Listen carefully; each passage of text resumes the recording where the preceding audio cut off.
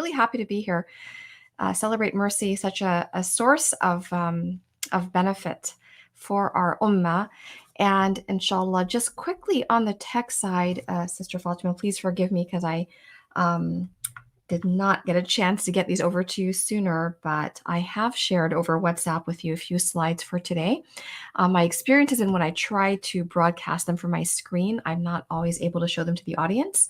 It's just kind of a reference for everybody to have. So if you have that file, just let me know, inshallah. But I'll go ahead and give everybody the references in the Quran, so you can go ahead and look those ayahs up. So the theme for today is when faith becomes difficult. Now, what I'd like to do before I go into the selection, the Quranic selection that I've chosen, which is Al-Ahzab verse 10, I would like to begin by reflecting on the beautiful recitation of Hafidh Sinan. And there is an ayah in Al-Kahf in particular that stood out to me. And that ayah is ayah 14. And in this ayah, بعد أعوذ بالله من الشيطان الرجيم بسم الله الرحمن الرحيم وربطنا على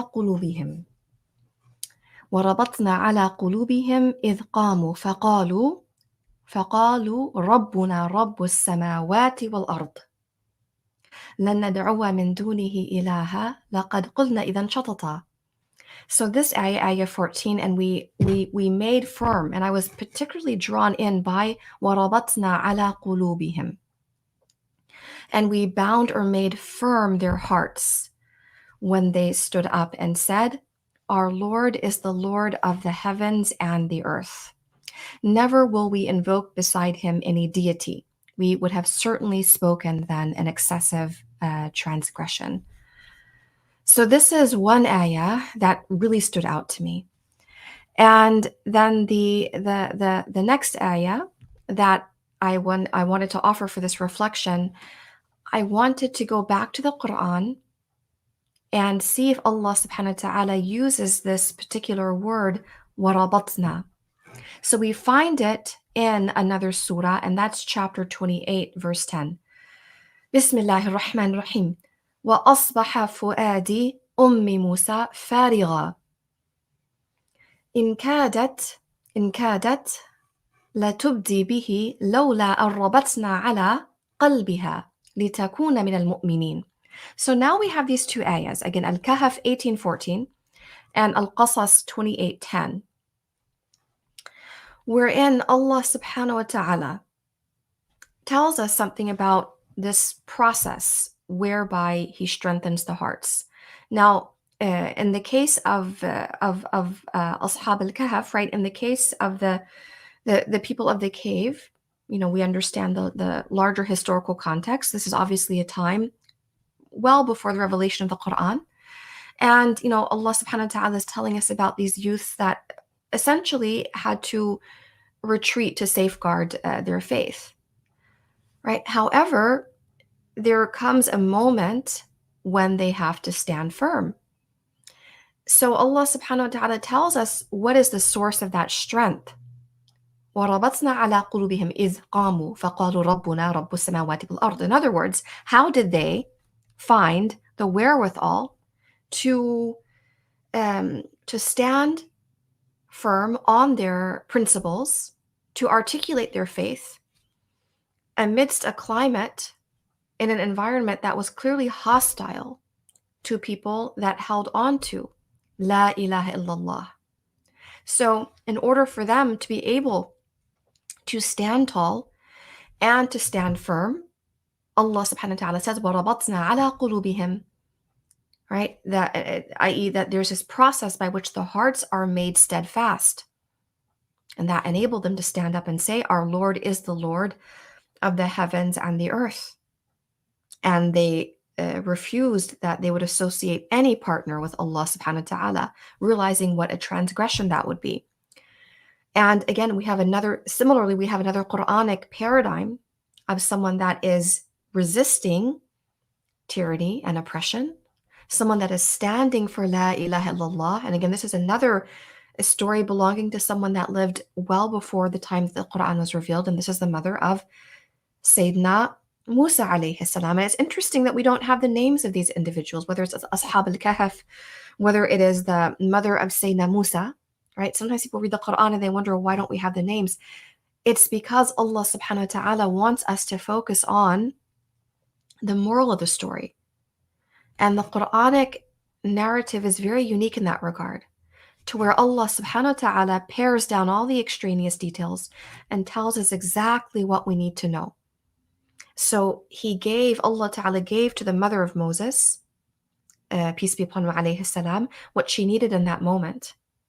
And so that everybody that reads that ayah after that, right, after it's revealed to the Prophet alayhi salatu wasalam, they're able to take from that story. And in the case of Ashab al-Kahf, they're dealing with a climate of paganism and opposition to their faith. In the case of the mother of Sayyidina Musa alayhi salam, I think we can see some direct parallels to what's happening in Palestine today. She is called upon to safeguard her infant son through doing something that no mother would ever think to do, which is to actually place this infant in this basket and cast the basket into the river.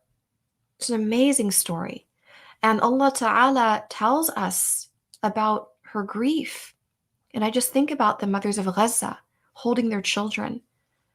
And I can't imagine what they must be going through. So Allah Subhanahu wa Ta'ala says, وَأَصْبَحَ فُؤَاد, right? So we're told something about the condition of her heart. وَأَصْبَحَ فُؤَادِ أُمِّ مُوسَى فَارِغًا. i.e., she's so beside herself with worry and anxiety, and she would have disclosed where she had placed Sayyidina Musa alayhi salam to safeguard him, were it not for the fact that Allah subhanahu wa ta'ala did what? Right? لَوْلَا أَرَّبَطْنَا عَلَى قَلْبِهَا. So Allah ta'ala makes her heart steadfast so that she would remain amongst the believers and she would remain firm. And her daughter, the sister of Sayyidina Musa alayhi salam, would likewise remain firm, and that they would be able to continue forward with this inspiration from Allah subhanahu wa ta'ala, because this is no less than inspiration from Allah subhanahu wa ta'ala. This is not a random action they're undertaking. And we know how that story, it's absolutely remarkable.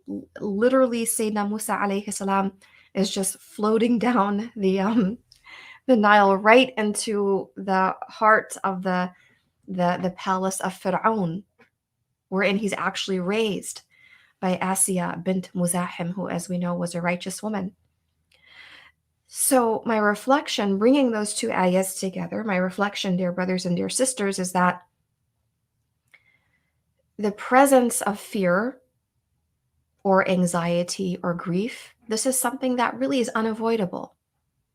And these stories in the Quran are very significant because Allah subhanahu wa ta'ala is telling us that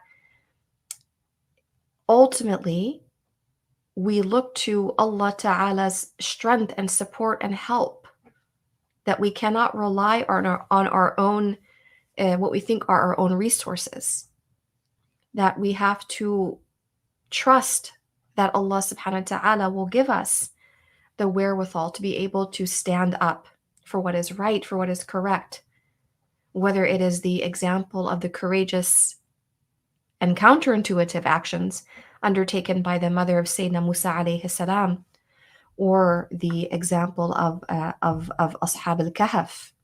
Because sometimes when we think about faith and we think about strength and we think about courage, we have this perception that to struggle or to have any sort of hesitation or to kind of waver or to have any doubts, like we have this idea that it means that our faith is weak. It means that our faith is lacking. And as I will present, inshallah, in the lesson that's coming up, in the direct example of Surat Al-Ahzab, chapter 33, Allah subhanahu wa ta'ala reveals something that is very illustrative and instructive about the companions of the Prophet sallallahu alaihi wasallam and what they were grappling with on Yom Al-Ahzab, on the day of the Battle of the Trench. Of course, it's more than one day. We'll talk more about that and what that means, bi'ithnillahi ta'ala. So as we seek to understand what is happening in Palestine, and as we try to wrap our minds around the very real presence of injustice in this world, and the fact that for the very first time in human history, dear brothers and dear sisters, that the oppressed, the mustadafin, the Palestinians, are actually live streaming the crimes that are being committed against them. And we're watching this, and now we are trying to connect the concepts that we've heard perhaps for many years.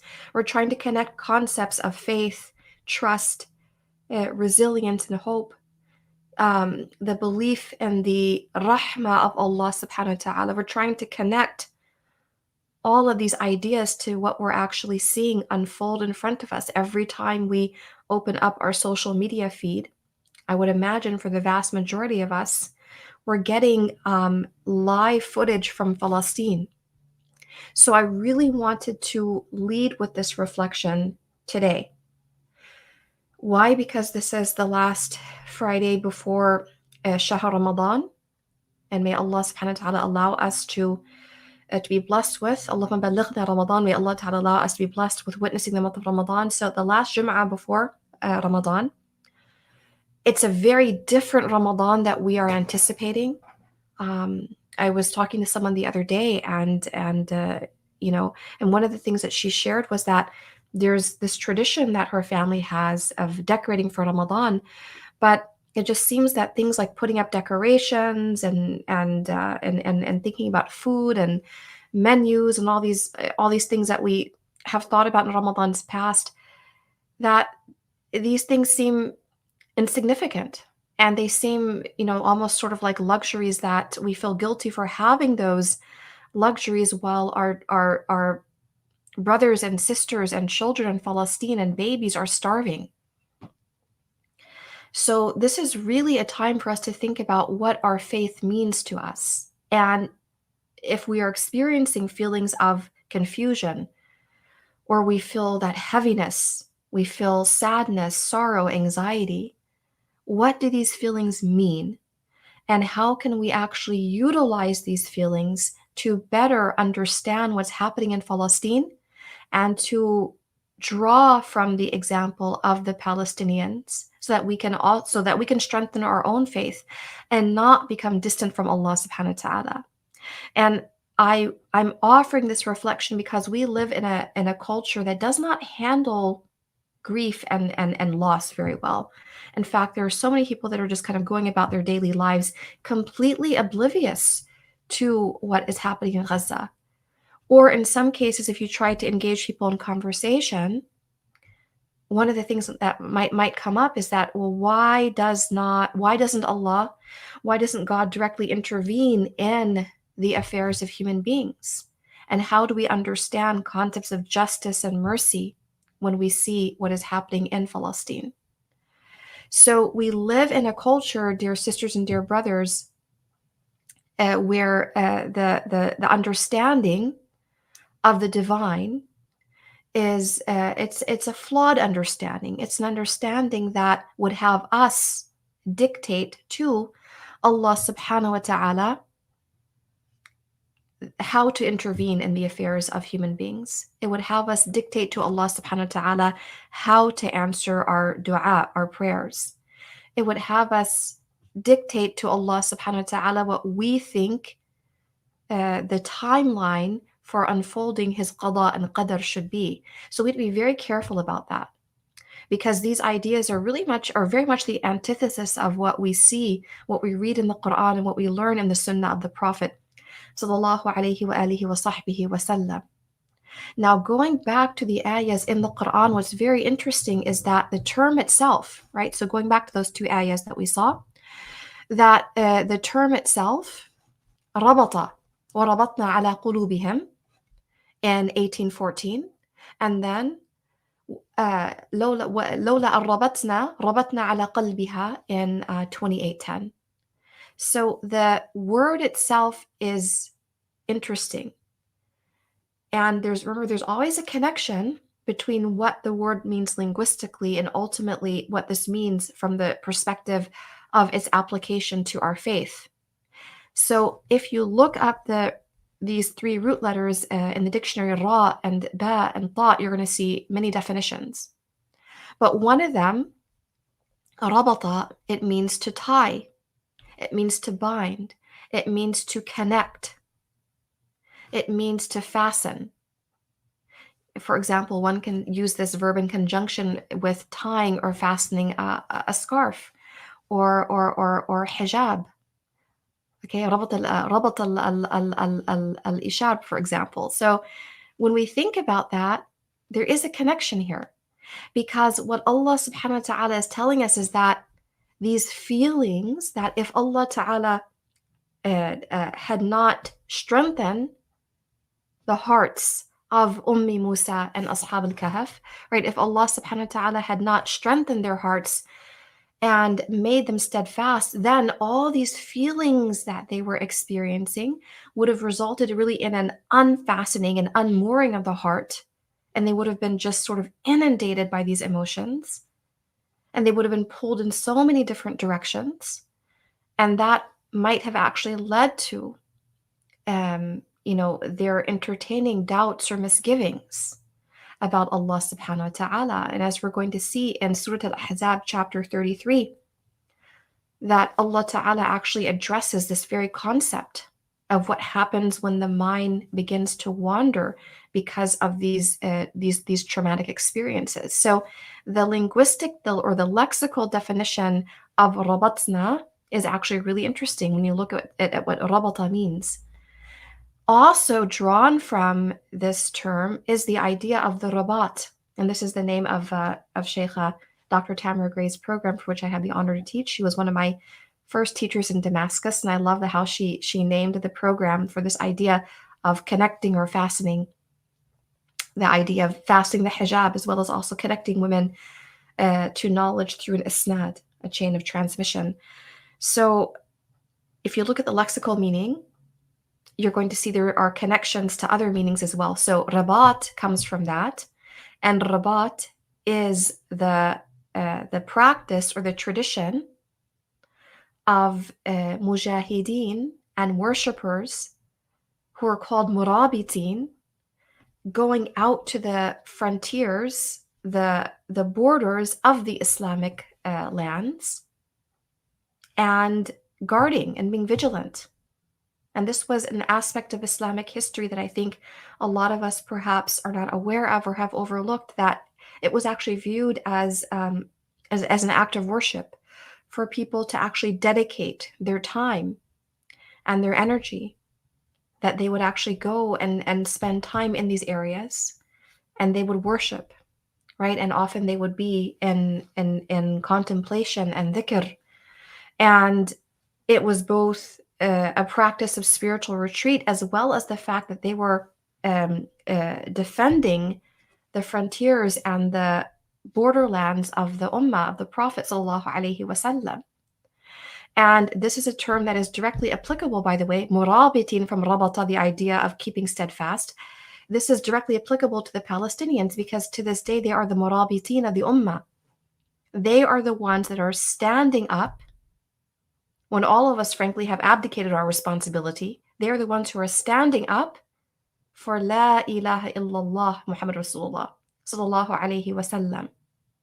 When all around them you have Muslim countries that have armies and they have this thing and that thing, and they haven't done anything to help the Palestinians. So murabitin, the people of rabat, the people of sacrifice, the people of ibadah, the people of steadfastness, that is what the people of Palestine embody for the entire Muslim ummah. So I'm very pleased to be able to join everybody for this reflection. And inshallah, there will be a lesson to come after this that where I will extend or elaborate on some of these themes. And I'm very happy to be with everybody here on this Yom al-Jama'ah. Alhamdulillah, Jazakallah khair, Ustadha Zaynab. I think you said something so powerful that one of our viewers has also commented on that how flawed is our understanding of the divine, subhanallah. And in turn, that just, if you truly just, even if you don't have that much knowledge or just a beginner student of knowledge, if you just pause on what you said, that one statement, it's scary, because that means if my understanding of the divine is so flawed, then oh my goodness, I'm living in some other dimension. My entire perspective of reality is flawed. Subhanallah. So you've definitely given me a lot of food for thought, but inshallah, we will have you back on to continue this discussion after a few brief announcements, inshallah. Assalamu alaikum, everyone. Once again, if you are just tuning in, welcome to another session of Friday Gems. Remember to like and subscribe. We know the importance of algorithm, especially in today's age and after what has been happening in Gaza, in Palestine, and around the world. We understand the power of social media. So do share the khair with your community, inshallah. And there will be a short Q&A session after the Friday lesson. You can post your questions in the comments or email them anonymously at questions@celebratemercy.com. Alhamdulillah, last night was a wonderful beginning to Ramadan 2024 with our Ramadan resolutions program. The recording has been released.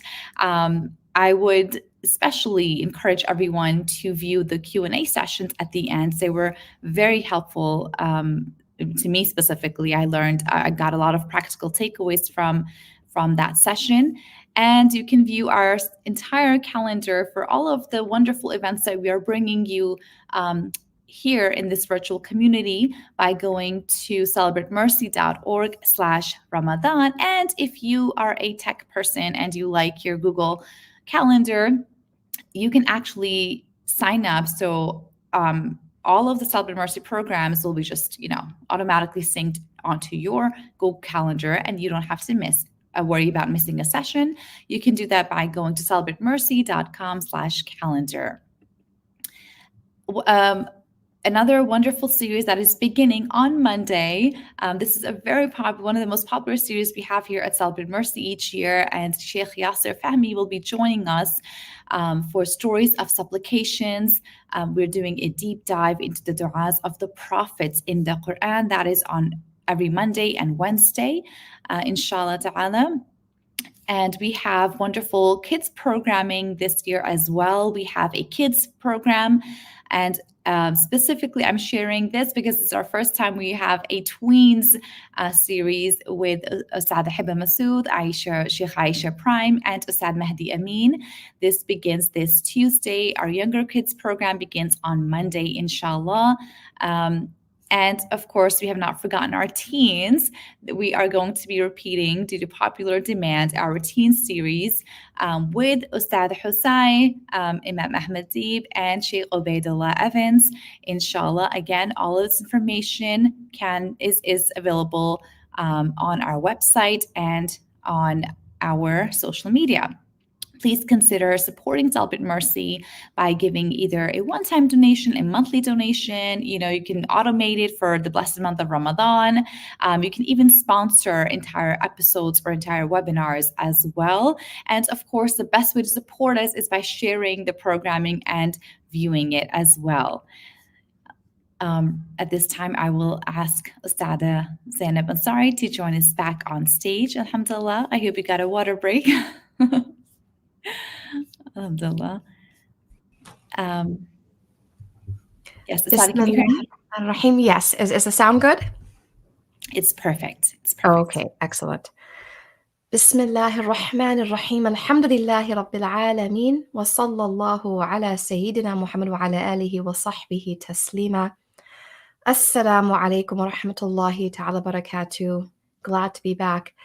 Inshallah, for the lesson portion, I want to focus on the theme of when faith becomes difficult. The very first point, dear sisters and dear brothers, is for us to understand the role of divine revelation in our lives. As we were just discussing a moment ago with Sister Fatima, this is one of the many beautiful things about the Quran, that it presents to us this beautiful, pristine understanding of the nature of the divine presence in our lives.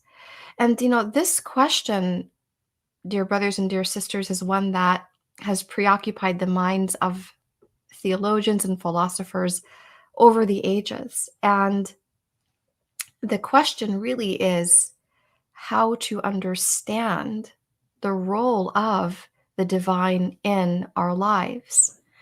And in the Quran, Allah subhanahu wa ta'ala gives us the example of the prophets and messengers. And in that example, the prophets and messengers, Allah subhanahu wa ta'ala gives us a sense of how to grapple with the presence of difficulties.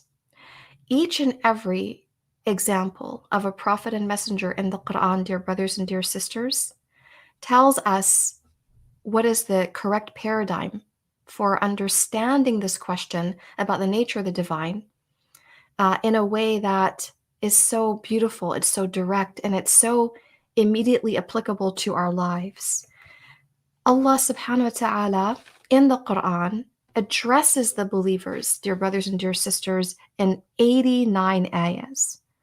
And if we think about those 89 ayahs in the aggregate, we learn something about the way that the Quran really shapes our worldview.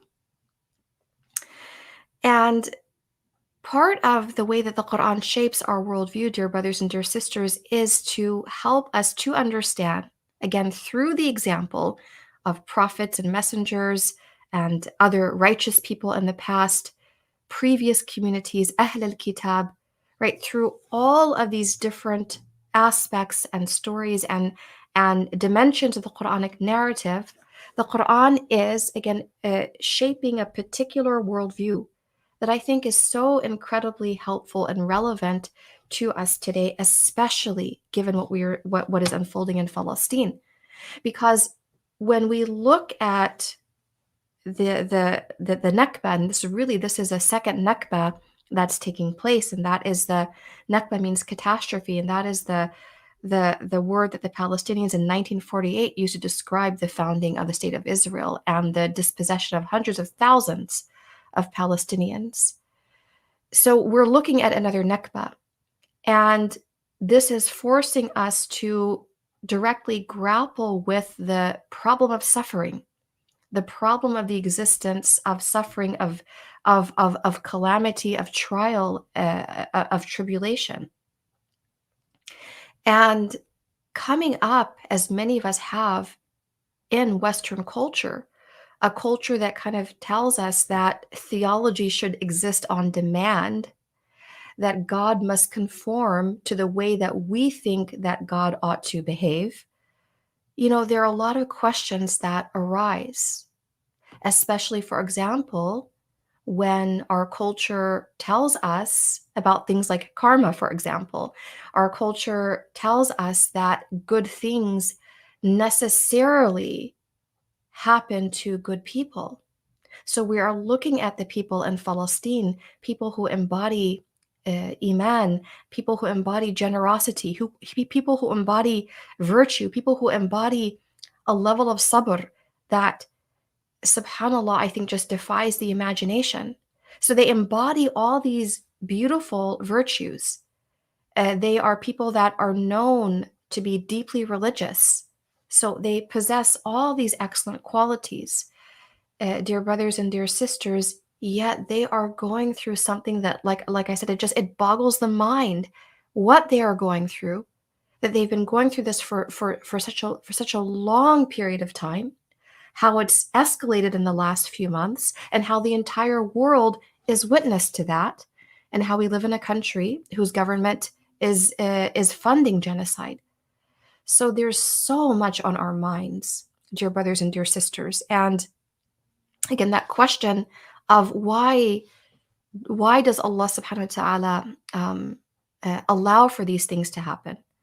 That problem of the existence of suffering, trial, and tribulation, and the impact that it has on our faith and how we think about matters of faith. So I've organized this portion around this question. And I think one of the things that will help us answer this question is that it is going back to this Quran. It is going back to the Quran and understanding the purpose of divine revelation.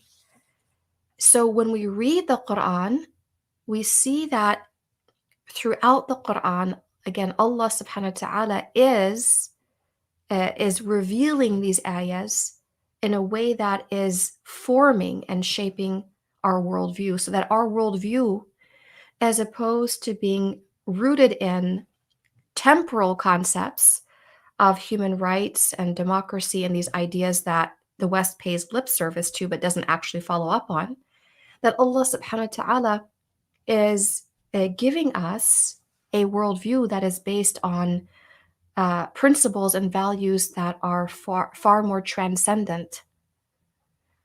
And subhanallah, in the transcendence of Allah subhanahu wa ta'ala and his attributes and his might and his power, we're also understanding something very immediate. And that is how Allah subhanahu wa ta'ala tests the believers, how Allah subhanahu wa ta'ala tests those whom he loves the most, how in no instance in the Quran does Allah subhanahu wa ta'ala say that those who believe are guaranteed in this world lives of privilege, ease, and luxury.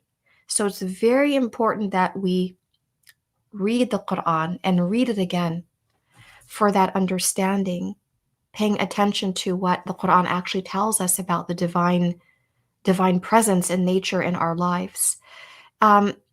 Connecting this to Al-Ahzab, I want us to think about this for a moment, dear sisters and dear brothers. So the Prophet ﷺ, after 13 years of da'wah in Mecca, has to leave, and he goes to Medina. And there's something that's so interesting about this moment in the year 5 AH, when the Quraysh, along with some of they're aided and abetted by the Jews of Bani Nadir and Bani Qurayza, who are in Medina, Bani Nadir or in Khaybar, and then some of the clans, some of the groups like Ghatafan and others, and Hawazin and others joined the Quraysh, largely Ghatafan, a large contingent from that particular group. So this is what's called the Ahzab. These are these groups that are arrayed against the Muslims. So there's this moment in the year 5 AH when all these groups descend on Medina. And, let's try to think for a moment about the Sahaba and the way we sort of really kind of memorialize the Sahaba. The Sahaba are people that sometimes I think are kind of distant for us, in the sense that we think of them as people that are fully formed in their iman, and they don't struggle with what we struggle with because of being people that live in this postmodern period. But what's so interesting to me is that the events at Al-Ahzab take place for many of the for a good number of the Muslims that became Muslim early on. These events take place 18 years into the prophetic da'wah. So think about that for a second. 18 years of belief, 18 years of toil and sacrifice, 18 years of standing with the Prophet sallallahu alaihi wasallam in the face of the hostility of the Quraysh, and the polytheists of Mecca, and those that supported them. And so we think of the Medinan phase as a time when surely the Sahaba are very, very deeply embedded in the rituals and practices of Islam. Sayyidah Aisha radiallahu ta'ala anha, for example, in Sahih al-Bukhari, in the book on virtues of the Quran, actually says just this point. A man comes to her from Iraq asking to see her mushaf because he wants to see how she has organized it, radiallahu ta'ala anha. And Sayyidah Aisha tells him something about the history of the Quran itself. And one of the things that she says is that she says of the Meccan revelations that the emphasis in the Meccan revelations was on iman, right? These, what we would kind of call these larger theological issues, until she said they become established in their faith, i.e. in Medina, then the longer chapters come down. So what's really interesting to me is Al-Ahzab happens in Medina in 5 AH. And remember, the prophetic da'wah in Medina is 10 years. It's like halfway in. And a point comes, and inshallah, if we can go ahead and get that, pull that ayah up. But there's this point, that this moment that takes place in the battle. Okay, let's see. Here's the ayah here. Bismillah ar-Rahman ar-Rahim. إذ جاءوكم من فوقكم ومن أسفل منكم وإذ زاغت الأبصار وبلغت القلوب الحناشر وتظنون بالله الظنونا. Remember when they came at you from above you and from below you, and when eyes shifted in fear and hearts reached the throats, and you assumed about Allah various assumptions. So this ayah is actually directed at the Sahaba, because Al-Ahzab, dear brothers and dear sisters, it became this test of the faith of the Sahaba, people that had the strongest faith. But it became a test of their faith because, unlike the previous battles, Badr and Uhud, where there was direct hand-to-hand combat and engagement with the enemy, and it became, I think, it became apparent fairly early on which direction things were going to go. With Al-Ahzab, it is a sort of, it's a battle of attrition. It's a battle of wits. It has these psychological and emotional dimensions to it that perhaps were not quite as present in Badr and Uhud. So this tells us that the Sahaba themselves, again, the people that, again, we memorialize as having the perfect iman, they actually reached a point where they wavered. Again, look at the ayah, وَتَظُنُّونَ بِاللَّهِ الظُّنُونَ, that they entertained certain thoughts about Allah subhanahu wa ta'ala. They began to be assailed by some wavering, by certain doubts because of what they are experiencing. Because not only were they dealing with an array of forces that outside of Medina. This is historically the largest army that Arabia had ever seen. And these people are there really hell-bent on destroying Medina. They also have to contend with the fact that the Jewish tribe remaining in Medina, Banu Qurayza, had decided to betray the Muslims and open up the entire southern portion of the city to attack. So the Muslims are dealing with so much here. And remember, this is just 2 years after Uhud. So these are human beings. They've suffered triumph but then tragedy. And they're tested in ways that we could never imagine. So, again, barely 3 years into their stay in Medina, they're fighting the Quraysh at Uhud. This is just 1 year after Badr. Now the Quraysh, show up. And, subhanAllah, I mean, the Ahzab is this moment when, if things had just gone in a different direction just a little bit, would we, subhanAllah, I think about it, would we be having this conversation today as Muslims from all over the world, united, under the banner of Celebrate Mercy? If the Sahaba at that time had kind of given in to the misgivings they were experiencing. So everything is on the line when Ahzab happens. And the people are asking, I think maybe some of them, what have they signed up for? I.e., what does it actually mean to be a believer? Have we signed up, for, is it ease? Is it luxury? Is it privilege? Is it comfort? Is it, I don't know, if Ramadan coming, is it iftar parties? I mean, what do we actually want out of this? So Allah subhanahu wa ta'ala tells us that at this point, if we look at, and there are a couple ayahs as well that help us to understand how Allah subhanahu wa ta'ala again gives us his worldview. And Allah ta'ala reveals here, I don't have this in the slides, my apologies, it's the next ayah.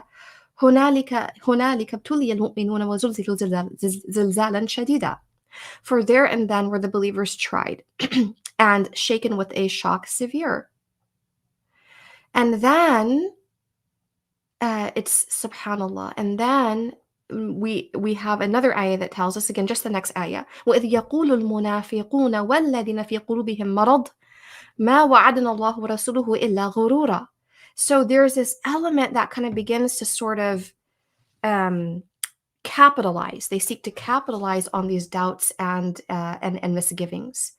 And they're basically saying, oh, you Muslims, look what, you signed up for. And Allah Ta'ala reveals, remember how it was when the hypocrites and those with diseased hearts said to one another, God and his apostle have promised us nothing but delusions. So they're trying to capitalize on how the morale is beginning to plummet. Because, like I said, this is Ahzab is protracted. It's like a month-long siege. So there's this like deepening despair. And, the hypocrites are sort of going around saying things. There's Banu Qurayza and so on. And basically what they're saying, it's sort of like what our culture is telling us now, right? Where's God when you need him? I mean, these are the messages that we are receiving, right?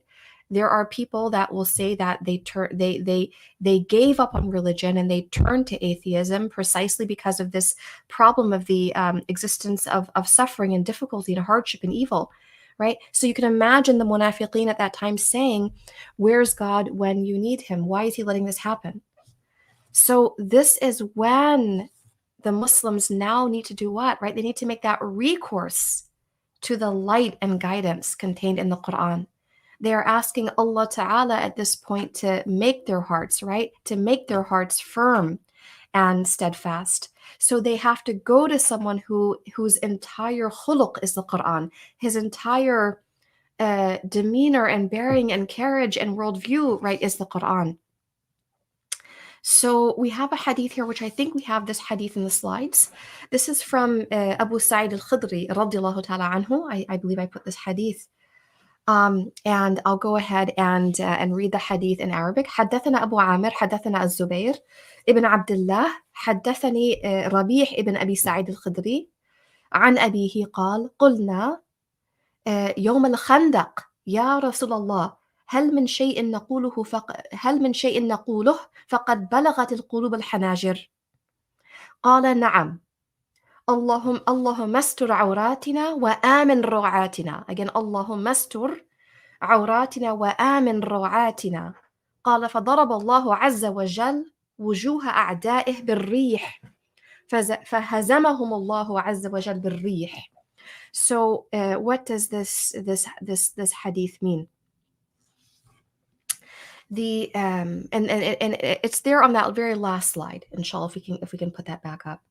So I just translated the dua part, but let me give you the full translation. So Abu Amir told us that Az-Zubair ibn Abdullah told us that Rabi' ibn Abi Sa'id al-Khudri from his father told him. So that's the isnad. Rabi' ibn Abi Sa'id al-Khudri, this might be, it says this is his son, but it might be his grandson, because I think that Abu Sa'id al-Khudri might have had a son named Abdul Rahman, whose son was Rabi'. But at any rate, this is either the son or grandson of the famous Abu Sa'id al-Khudri.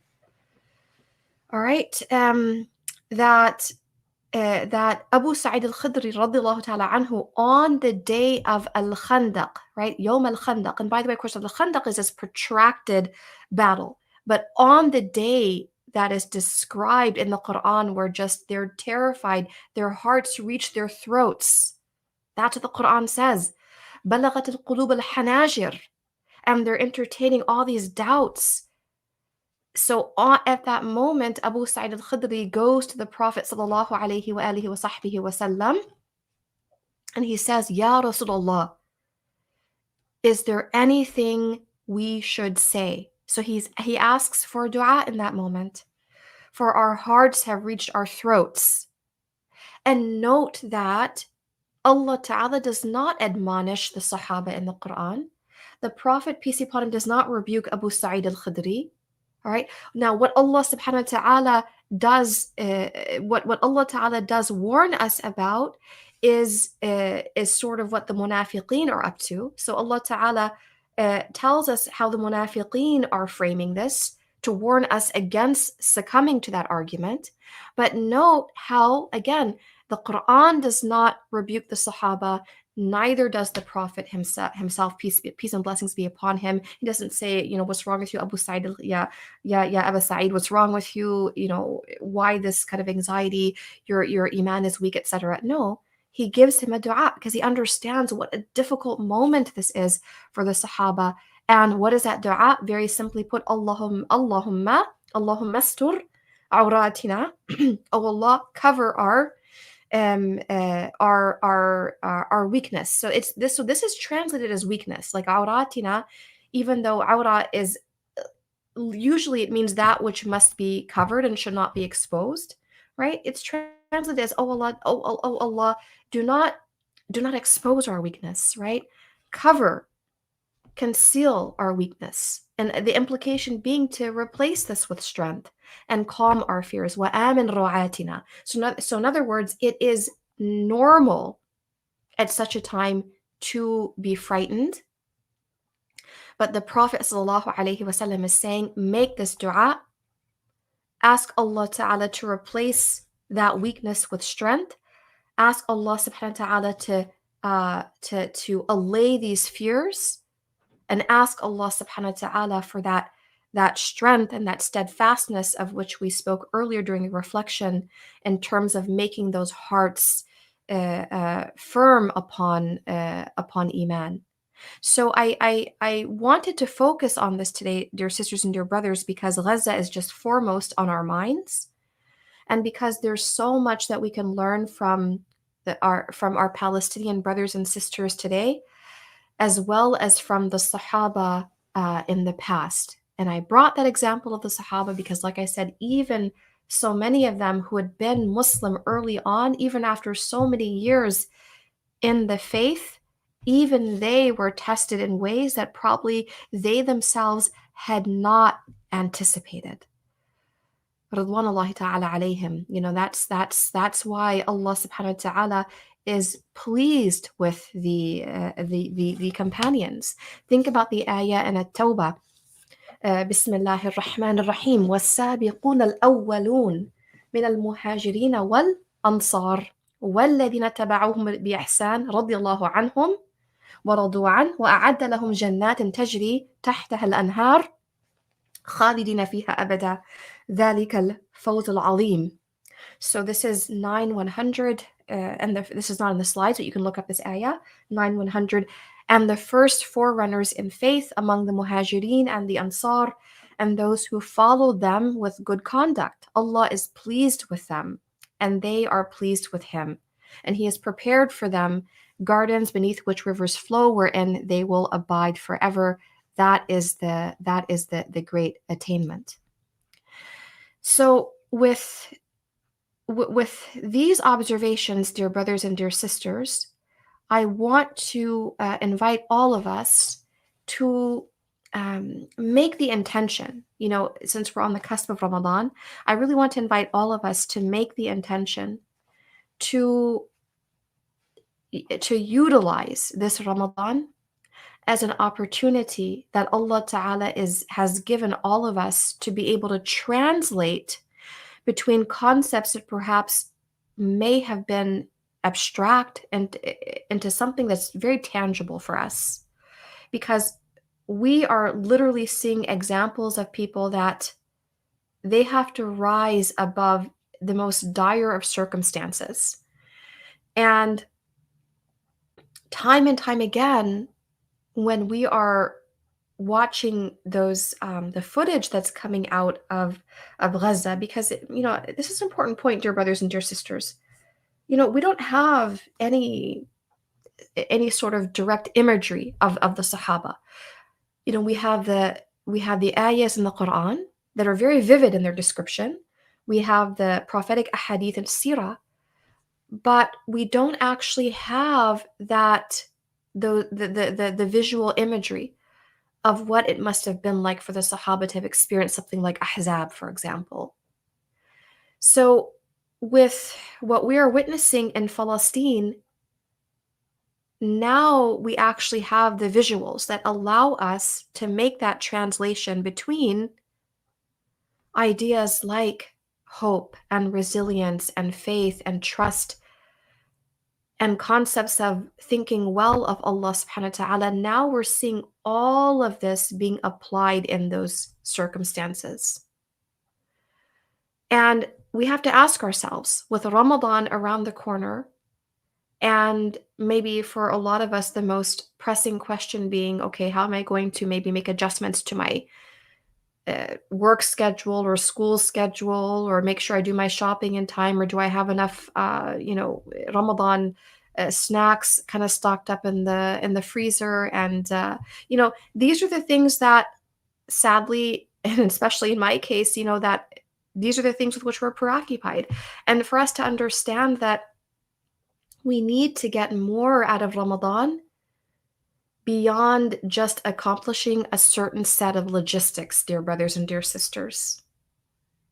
Think about all of the shuhada in Palestine. Think about all of the people that prior to October 7 were anticipating the coming Ramadan. All right, never imagining that they would not witness Ramadan of the Hijri year 1445, 2024.